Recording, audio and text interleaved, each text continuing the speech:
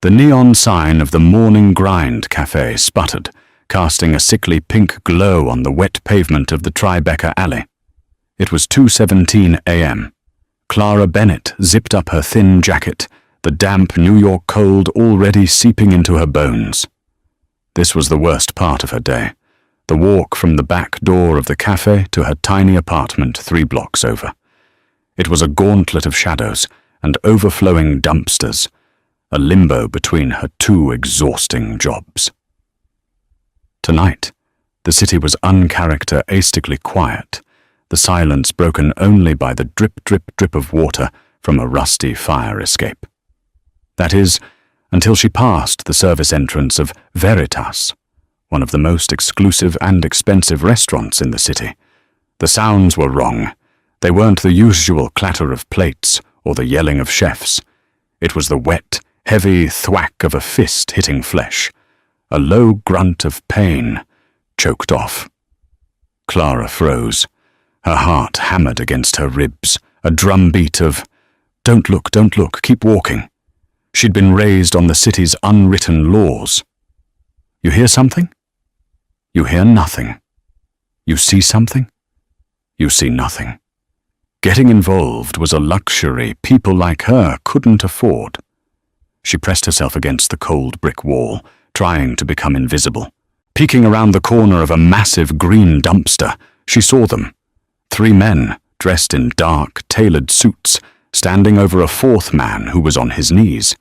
The man on the ground was also in a suit, but his $5,000 Italian jacket was torn, his white shirt stained a horrifying, spreading crimson. "You thought you could make a deal with Petrov behind our backs, Alessandro," one of the attackers spat. He had a cruel, thin face and kicked the kneeling man in the stomach. The man, Alessandro, coughed, spraying blood on the pavement. He tried to look up, his face a mask of defiance, but another man struck him across the face with something hard, a set of brass knuckles. "This," the leader said, grabbing Alessandro by his hair and forcing his head up. "This is from Mr. Petrov. He owns this port now, and you're just a memory." Clara's breath hitched. She recognized that name. Alessandro Salvatore. Even a barista knew that name. He wasn't just a businessman. He was the businessman. The Salvatore family allegedly owned half the city's shipping, sanitation, and construction, and, according to whispered rumors, 100% of its fear. He was untouchable, or at least, he was supposed to be. A couple, laughing as they stumbled out of a nearby bar, turned the corner. They saw the scene, their laughter dying instantly. The man grabbed the woman's arm. "Oh my God," the woman whispered. The man pulled her back. "Don't look. Let's go now." They vanished back onto the main street. They saw. They did nothing. The attackers weren't finished. They were professional. This wasn't a mugging. It was an execution. They kicked him until he stopped moving, until he was just a heap of expensive cloth and broken bones. "He's done. Let's move," the leader said, wiping his knuckles on a handkerchief. They melted back into the shadows, disappearing into a black sedan that idled silently at the end of the alley. Silence returned, heavier this time, broken only by the rain and the faint, ragged breathing of the man on the ground. Clara was shaking so hard she could barely stand. "Walk away, Clara. Walk away. This is not your business. He's a monster. He's a criminal. Let the monsters eat each other." She tried to move her feet. She willed them to take her home, to her lumpy mattress and the pile of final notice bills on her counter. But they wouldn't budge. She thought of her mother in the hospital bed, her breathing just as shallow and ragged in those final days. She remembered the doctors walking away the moment they decided she wasn't worth the fight anymore. No one deserves to die alone in the gutter. "Damn it," she whispered, the word a puff of steam in the cold air. Her feet moved, but not toward home. They moved toward the shadow crumpled by the dumpster. She dropped to her knees beside him, her cheap bag spilling onto the grimy concrete. "Hey," she whispered, her voice trembling. "Hey, can you hear me?" He was unconscious, his face already swelling, a deep gash bleeding profusely from his temple. He was drowning in his own blood. The old training kicked in. Clara hadn't just been a barista her whole life. She'd been 2 semesters shy of a nursing degree before her mother got sick, and the tuition money evaporated into a mountain of medical debt. "Okay," she whispered, more to herself than to him. "Okay, first things first." Her hands, usually shaking as she handed off lattes, were suddenly steady. She ripped off her own scarf and wadded it, pressing it hard against the gash on his temple. "Pressure," she muttered. "Gotta stop the bleeding." She gently rolled him onto his side, into the recovery position, clearing his airway. His breathing immediately became less of a gurgle. He was alive. For now. She fumbled for her phone, her fingers slick with a blood that wasn't hers. She dialed 911. "911, what is your emergency?" "There's a man," Clara said, her voice a high-pitched, anonymous squeak. "He's been beaten. Badly. In the alley behind Veritas in Tribeca. He needs an ambulance. Now." "Ma'am, what's your name?" Clara hung up. She knew she should run. The sirens would come, and they would ask questions she couldn't answer. But she looked down at the man. Alessandro Salvatore. The boogeyman of the 5 boroughs. His hand, which probably signed death warrants, was lying palm up, open and vulnerable. She couldn't leave him. Not yet. She kept pressing the scarf to his head. "Stay with me," she whispered to the unconscious man. "You're a bastard, I'm sure. But you're not dying tonight. Not here." In that moment, his eyelids flickered. His dark eyes, unfocused and glazed with pain, found hers. He saw her. Just for a second, he saw a young woman with terrified brown eyes and a cheap jacket kneeling over him like some kind of gutter angel. Then he was gone again. Clara heard the distant wail of sirens.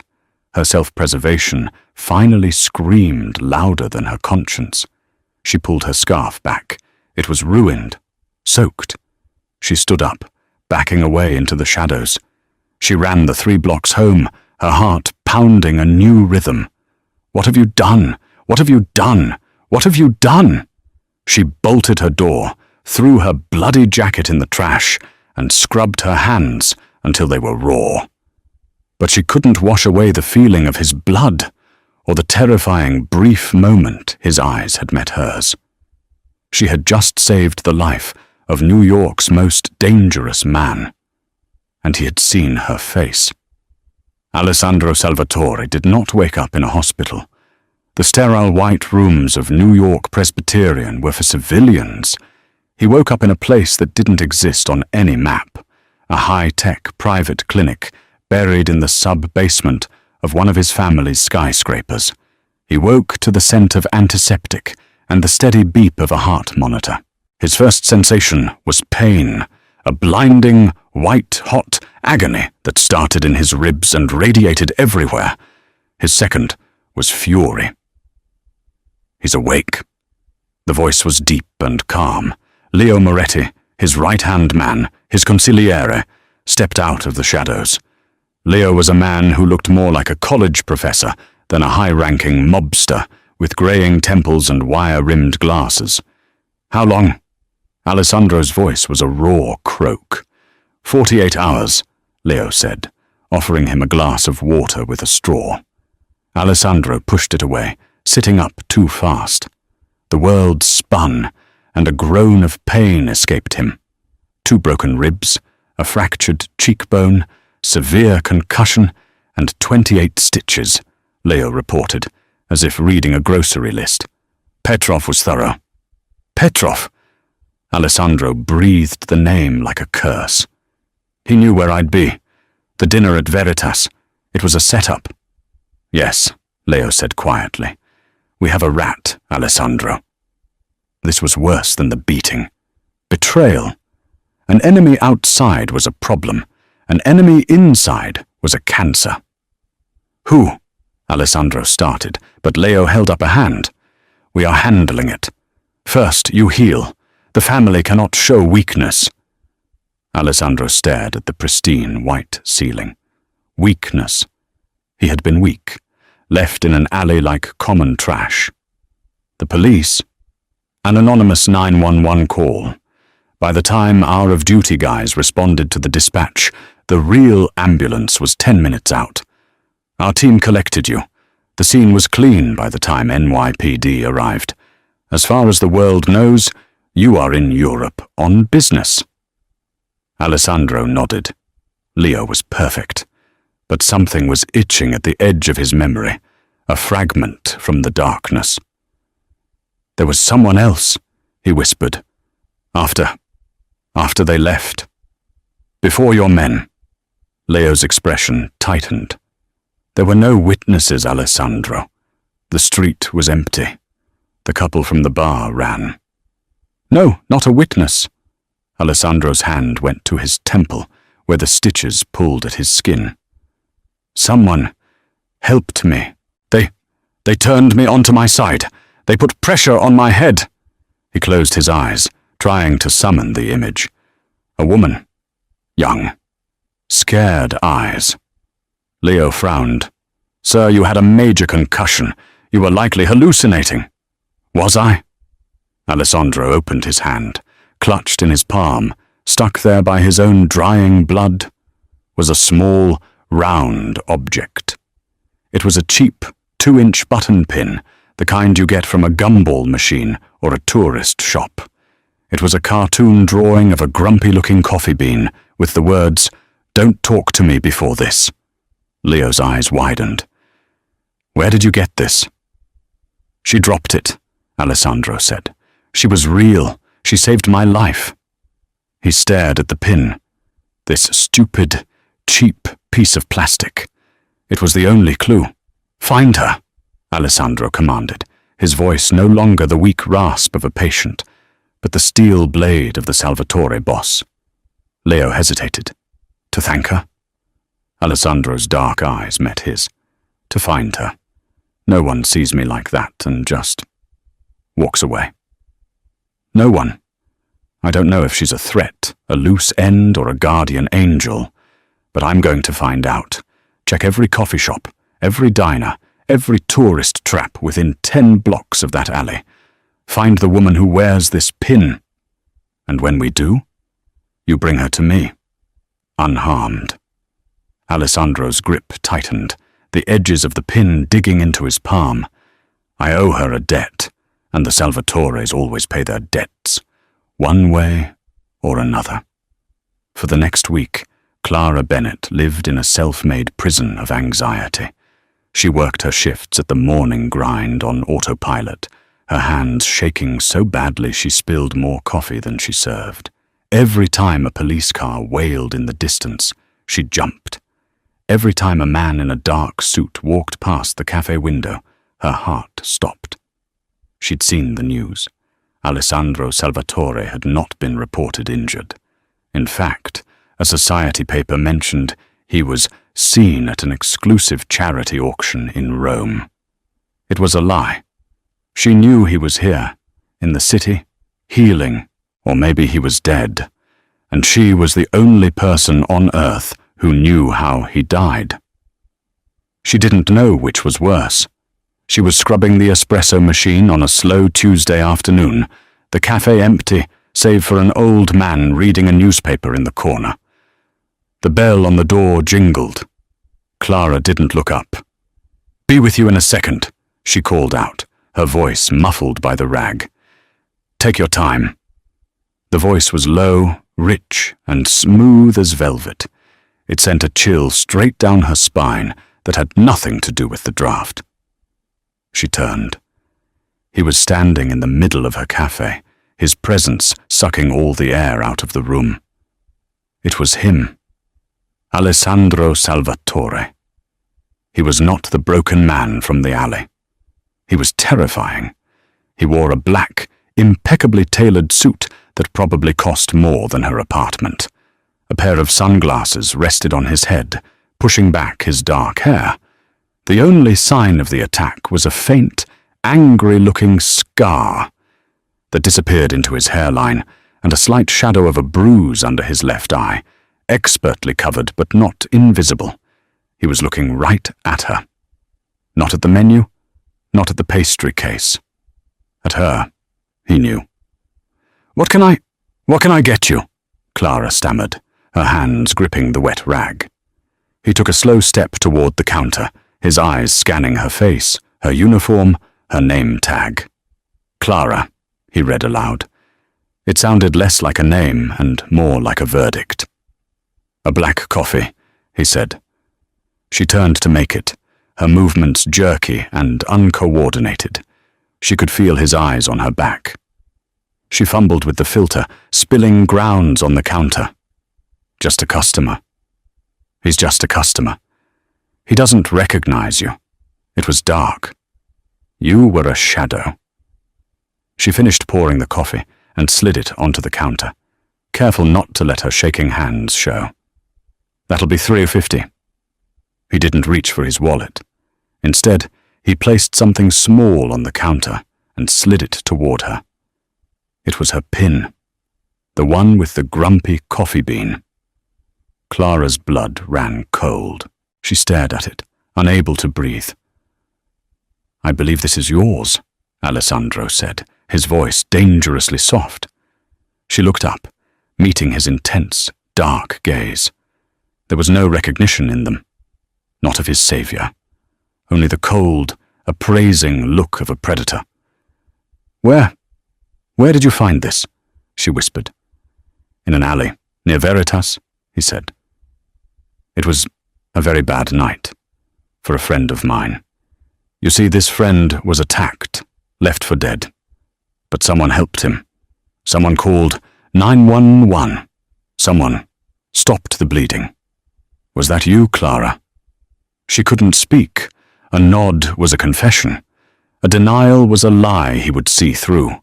He leaned in slightly, his voice dropping to a conspiratorial whisper. The old man in the corner was oblivious. "Don't be afraid. I'm not here to hurt you. If I wanted to hurt you, you wouldn't be making me coffee." I don't know what you're talking about," she lied, but her voice cracked. He smiled, but it was a cold, thin expression that didn't reach his eyes. "Yes, you do. I saw your eyes. Just before I passed out. I've been seeing them every night since." So he did remember. This was it. She was going to be disappeared. I should have just walked away," she said, tears welling up in her eyes out of sheer terror. "I didn't see anything. I swear, I didn't want him, to die." Alessandro studied her for a long, silent moment. He saw her cheap, faded uniform. He saw the genuine fear in her eyes. He saw the defiant tilt of her chin. She wasn't a threat. She was just a girl. A girl who had done the one thing no one else in his entire life had ever done. She had helped him when he had nothing to offer. "Why?" he asked. It was the only question that mattered. Everyone else ran. Why didn't you? Clara finally met his gaze, a flash of her old, pre-debt self sparking to life. "Because you were dying," she said, her voice shaking but firm. "And no one deserves to die alone in an alley, bleeding on the concrete. I don't care who you are." His expression softened. The cold, appraising look was replaced by something else. Curiosity. Intrigue. "You saved my life, Clara," he said, his voice now sincere. "The Salvatore family pays its debts. Name your price. What do you want? Money? A new apartment? A new car? It's yours." Clara stared at him. Money. That's what it always came down to. He thought he could buy her silence, buy her act of kindness. The same terror that had paralyzed her moments ago twisted into a cold, hard anger. "I don't want your money," she spat, pushing the pin back toward him. I didn't do it for a reward. I did it because it was the right thing to do. Now please, just take your coffee and leave. I don't want any trouble." Alessandro Salvatore, a man who could buy and sell entire city blocks, a man who had never been told no by anyone who mattered, was stunned into silence. He had expected a scavenger. He had found something else entirely. He pushed the pin back to her. "Keep it. A reminder." "Of what?" "That you're a bad liar," he said, "and that you're in my debt." "I'm in your debt?" She scoffed, emboldened by disbelief. "I saved your life." "No," he said, picking up his coffee. "You did. Which means I owe you. And in my world, Clara, owing someone is a liability. I don't like liabilities, but you refusing payment, that makes you one." He took a sip of the coffee. "It's burnt." He placed a $100 bill on the counter. "I will find a way to repay this debt, whether you like it or not." He turned and walked out, the bell jingling his departure. Clara sank onto a stool, her legs giving out. She had just survived a conversation with Alessandro Salvatore, but as she looked at the $100 bill and the stupid little pin, she had a terrible, sinking feeling that her life had just been saved, and also just been ruined. A week passed. Then 2. Clara's life almost returned to normal, if normal meant living with a coiled knot of dread in her stomach. Every black car that slowed down, every man in a suit who glanced her way, she assumed it was him. But Alessandro Salvatore did not return to the cafe. She started to hope, tentatively, that he had meant what he said, that he'd accepted her refusal and left her alone. Then the envelope arrived. It wasn't mailed. It was slipped under her apartment door, a thick, cream-colored envelope with no return address. Her name, Clara Bennett, was written on the front in elegant, sharp calligraphy. Inside, there was no letter. There was only a single cashier's check. It was for $150,000. In the memo line, a single word was written: paid. Clara's hands shook. This was more money than she had ever seen. It was enough for everything. It was enough to pay off the mountain of medical debt her mother had left behind, the debt that kept her chained to 2 jobs and a life she hated. But it felt dirty. It felt like blood money. She was furious. He had invaded her life, her cafe, and now her home. He had taken her one selfless act and put a price tag on it. She didn't know how, but she had to give it back. She couldn't go to his business. She didn't even know where it was, but she knew where he'd been that night. Veritas. That evening, she put the check in her pocket, put on her best and only coat, and walked to the restaurant. She didn't have a reservation. She stood outside, by the service alley, that alley, waiting. She didn't know what she was doing. She just knew she couldn't keep the money. After an hour in the cold, a black sedan, so dark it seemed to drink the light, pulled up to the curb. Leo Moretti, the man with the professor's glasses, got out of the passenger side. He opened the back door. Alessandro Salvatore emerged. He was dressed for dinner, a dark grey suit and a silver tie. He looked every inch the powerful CEO the papers claimed he was. He saw her immediately. He didn't look surprised. He looked expectant. "Clara," he said, his voice neutral. Leo tensed, his hand moving inside his jacket. Alessandro raised a hand to stop him. Clara marched up to him, her fear eclipsed by her rage. She pulled the check from her pocket and shoved it against his chest. "I told you," she said, her voice shaking with emotion. "I don't want your money." Alessandro didn't take the check. He just looked at her, his expression unreadable in the dim light of the street lamps. "It's not a reward, Clara. It's a transaction. I owed you for my life. Now the books are balanced. My life isn't a ledger, she cried, attracting the attention of the doorman. You can't just balance the books. You think this makes it even? You think you can just throw money at the barista who saw you bleeding in a gutter and she'll disappear? Yes, he said simply. That is generally how it works. Well, I'm not generally, she was yelling now. I won't be one of your problems that you pay to go away. I saved your life because you were a human being, not because you were a bank account. Take it back. He stared at her, this tiny, furious woman standing in the street, defying him. He saw the fire in her eyes, the same stubborn spark he'd seen in the alley. No one spoke to him this way. No one. They were either too scared or too obsequious. A slow, genuine smile touched his lips. It transformed his face, making him look younger and far more dangerous. You, he said, are fascinating. He finally took the check from her hand. Clara let out a breath she didn't know she was holding. Good, she said, pulling her coat tighter. We're done. No, we're not, he said, tucking the check into his inside pocket. I paid a debt. You refused. This means you have insulted me. Clara's stomach dropped. Insulted you? In my world, refusing a gift, a payment, is a sign of disrespect. It implies the giver is unclean, that their money is not good enough. He took a step closer. She could smell his cologne, something dark and expensive, like sandalwood and spice. So now you owe me. That's ridiculous. That's insane. That's business, he countered. You've created a new debt, an insult, and you will have to repay it. How? She whispered, terrified again. Have dinner with me. Clara blinked. Of all the things she expected, a threat, a warning, a dismissal, this was not it. What? You've insulted me, he repeated, a flicker of amusement in his eyes. You must make amends. Have dinner with me.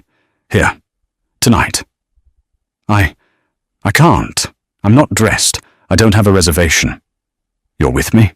He said, as if that explained everything. And, in this world, it did. You don't need a reservation. He offered her his arm. Clara looked at his extended arm. It was a lifeline and a noose, all in one. She looked at the restaurant, a symbol of a world she would never belong to. And she looked at him, the most dangerous man she'd ever met. If she said no, what would happen? He had her address. He knew her name. He had just demonstrated he could find out her most private financial details.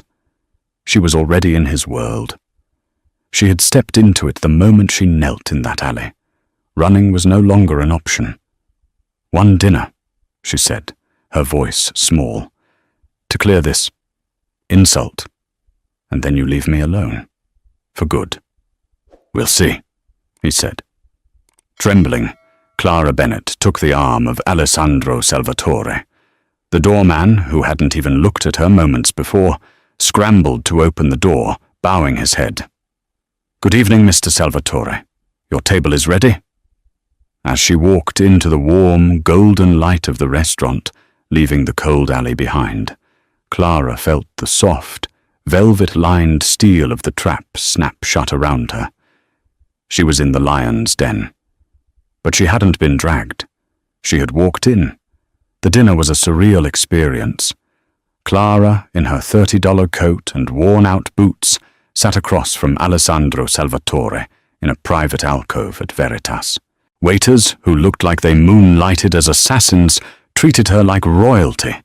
They never made eye contact with her, only with Alessandro.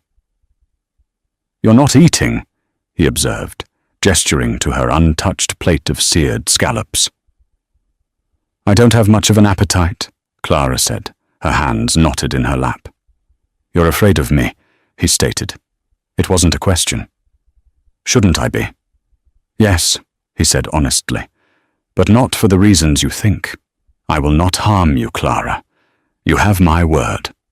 And my word is the only currency that matters. He was different than she'd expected. He wasn't a brute. He was intelligent, precise, and he listened, really listened, when she spoke.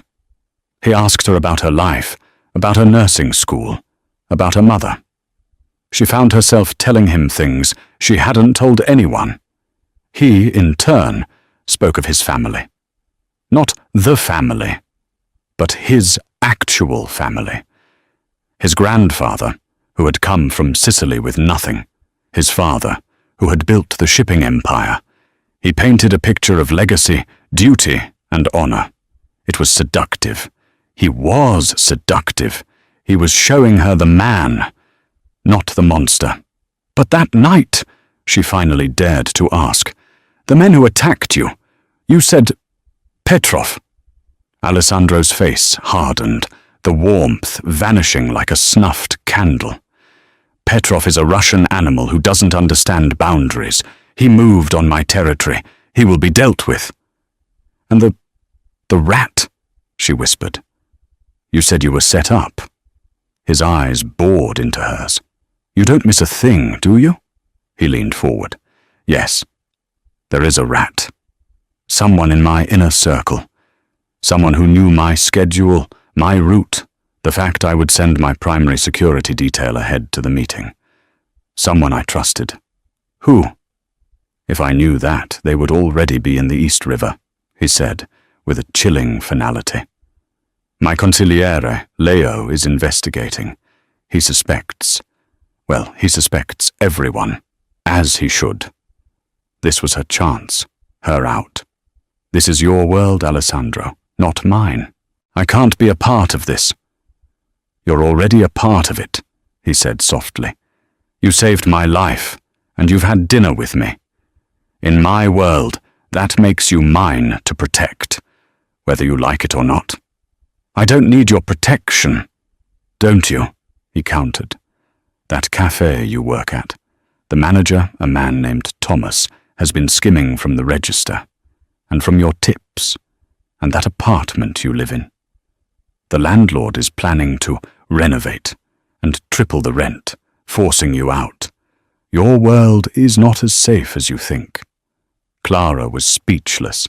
He had investigated her, thoroughly. Don't worry, he said, taking a sip of wine. Thomas will be fired by morning for accounting errors, and your landlord has had a sudden change of heart. He will be offering you a new 5-year lease at your current rate. You can't just do that. I just did. This is what I do, Clara. I fix things. I protect what is mine. She was trapped. This wasn't a cage of steel bars. It was a cage of golden protection, of solved problems. It was terrifying. The dinner ended. He walked her out. His black sedan was waiting. Leo will take you home, he said. And you? I have a meeting about the rat. He was about to get in a separate car when a man rushed out of the restaurant. He was balding, sweating, and carrying a briefcase. He looked like an accountant. Mr. Salvatore, sir, he called out, skidding to a halt. The quarterly reports, you forgot them. Leo asked me to... Alessandro held up a hand, silencing him. Riccardo, calm yourself. You're jumpy. Yes, sir. Of course, sir. It's just... With the Petrov situation, everyone's on edge. Riccardo handed the briefcase to Leo, and in that moment, Clara saw it. It wasn't Riccardo. It was the man he was with. A tall, gaunt man in a dark suit had followed Riccardo out and was standing just inside the restaurant's doorway, trying to look inconspicuous. He had a long, jagged scar running down his left cheek, from his eye to his jaw. Clara gasped. Alessandro turned to her. What is it? Him, she whispered, nodding toward the man in the doorway. The scar. I've seen him before. Alessandro and Leo both went rigid. Where? Alessandro's voice was a blade. The night The night of the attack, Clara said, her mind racing, piecing it together. I get the old pastries from Veritas for the cafe sometimes. I was here earlier that evening, picking up a box from the kitchen. I saw that man in the alley. He was one of Petrov's men? Leo asked. No, not then, Clara said, shaking her head. It was hours before. He was talking to him. She pointed. Not at the man with the scar. She pointed at the sweating, terrified accountant. He was talking to Ricardo, Clara said. They were arguing. It was heated. I remember thinking it was strange. Ricardo gave him an envelope. And the man with the scar, he looked like he was threatening him.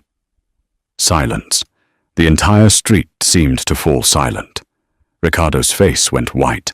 He looked from Clara to Alessandro to the man in the doorway, who now realized he'd been made. Alessandro's face was carved from ice.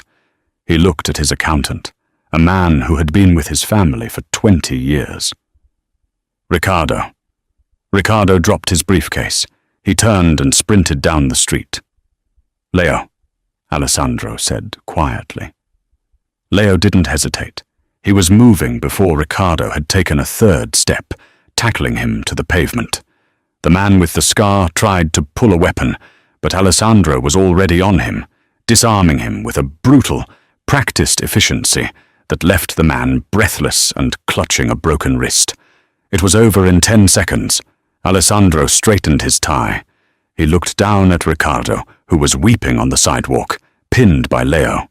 So, Alessandro said, his voice terrifyingly calm. The rat. He turned and looked at Clara. She was pale, shaking, but she was holding his gaze. She hadn't screamed. She hadn't run. He realized with a sudden, startling clarity that she hadn't just saved his life. She had just saved his family. Get in the car, Clara, he said. It wasn't a request. Leo, bring Ricardo. We're going for a drive. And you, he snarled at the scarred man, are going to tell me everything. The drive was the most terrifying 20 minutes of Clara's life.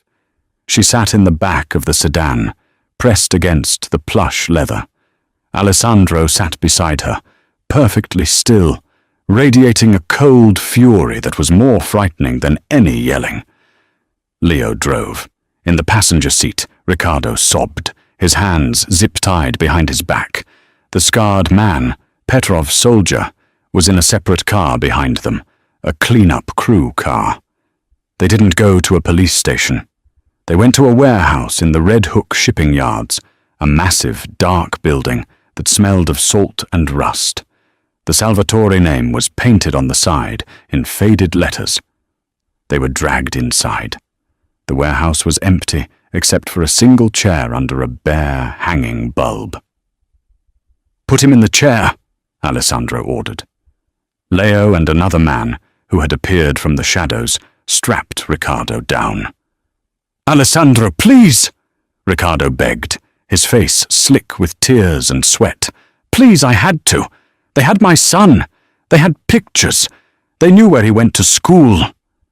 Alessandro stood in the shadows, just outside the circle of light. You've been skimming from me for 5 years, Ricardo. Don't lie to me. Not now. Ricardo's sobs hitched. He was caught. It started small, just to cover some bad investments. But it grew, and they found out. Petrov's people. They said they'd expose me to you, or I could give them something bigger, a way to forgive my debt to them. So you gave them me, Alessandro said, his voice flat. They were just supposed to rough you up, to scare you. Not that. I swear. You set me up to be murdered, Alessandro corrected him, and you let me hunt for a rat, pointing fingers at my most loyal men, while you sat in your office, counting my money. I'm sorry. Boss, please. Alessandro stepped into the light. His face was a mask of cold judgment. I am not a forgiving man, Ricardo. Clara, who had been shrinking by the door, couldn't stay silent. "Alessandro, stop. He's pathetic. He's not a threat anymore. Let him go. Just let him go." Alessandro turned to her, his eyes unreadable. "This is my world, Clara. This is what protection looks like. This is the fixing I do. You wanted to see the monster? Look." He turned back to Ricardo. "You have dishonored my family. You have put us all at risk, and you have cost me time." "What do we do with him, boss?" Leo asked. Alessandro looked at the weeping man. He thought of the alley, of the feeling of his ribs cracking. Then he looked at Clara, her face pale with horror, but her eyes filled with pity. He sighed.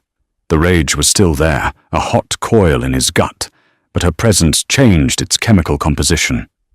"You're a disgrace, Ricardo," Alessandro said, "not a martyr. Leo, book him a one-way ticket to Argentina. Put him on a cargo ship tonight. He will leave with the clothes on his back, and he will never, ever set foot on this continent again.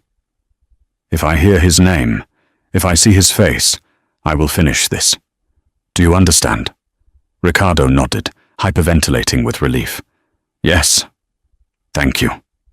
Thank you, boss." "Don't thank me," Alessandro cut him off. "Thank her. She bought you a life you don't deserve." Leo nodded, cutting Ricardo free and hauling him to his feet. "And Petrov's man?" "He," Alessandro said, his voice turning to gravel, "will be our messenger. He's going to go back to Petrov and tell him exactly what happened. He's going to tell him that I know, and that I'm coming."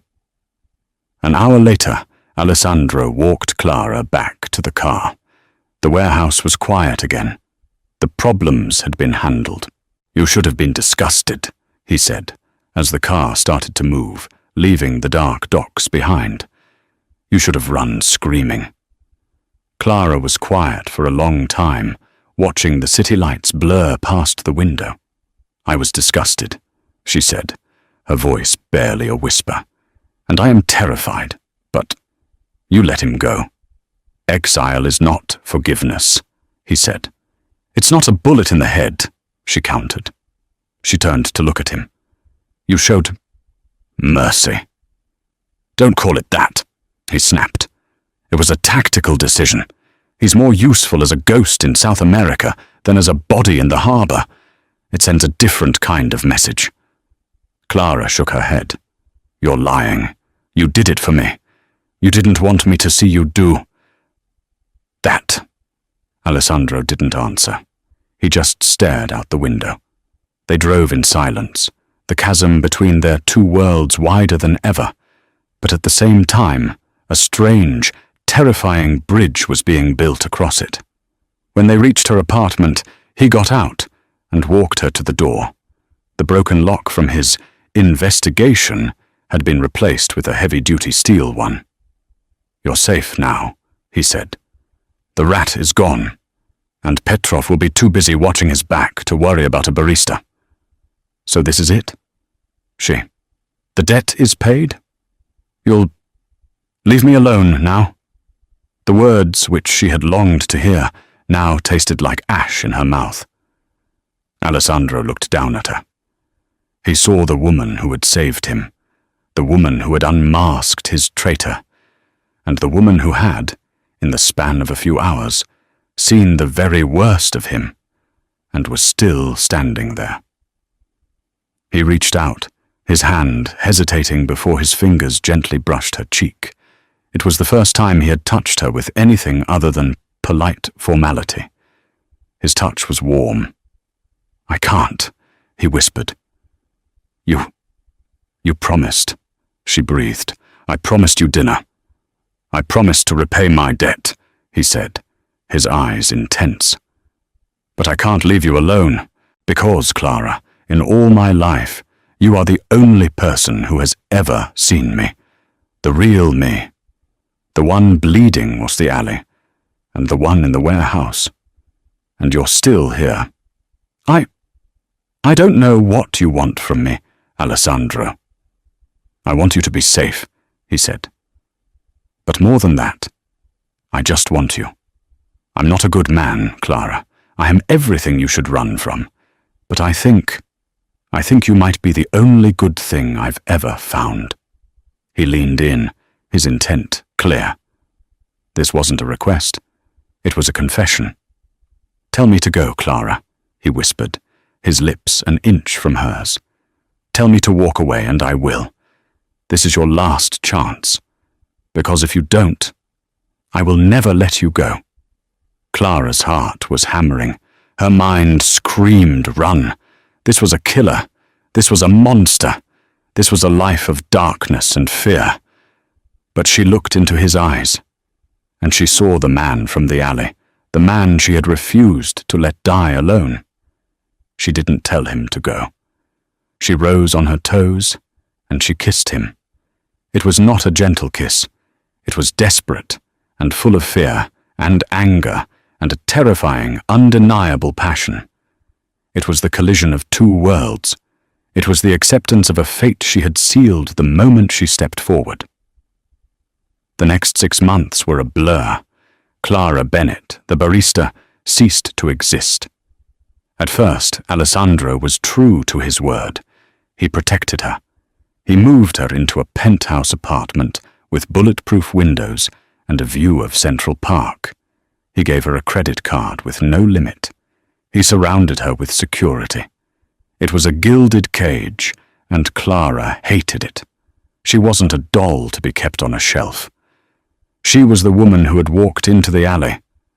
I can't just sit here, Alessandro, she told him one night as he was dressing for another meeting. I can't be this person, this kept woman. You are not a kept woman, he said, adjusting his cufflinks. You are the woman I love. It was the first time he'd said it. It stopped her cold. But you're keeping me from your life, she argued. You go out, you fix things, you handle Petrov, and I stay here and order room service. I am not a pet, Alessandro. I was a nurse. I was smart.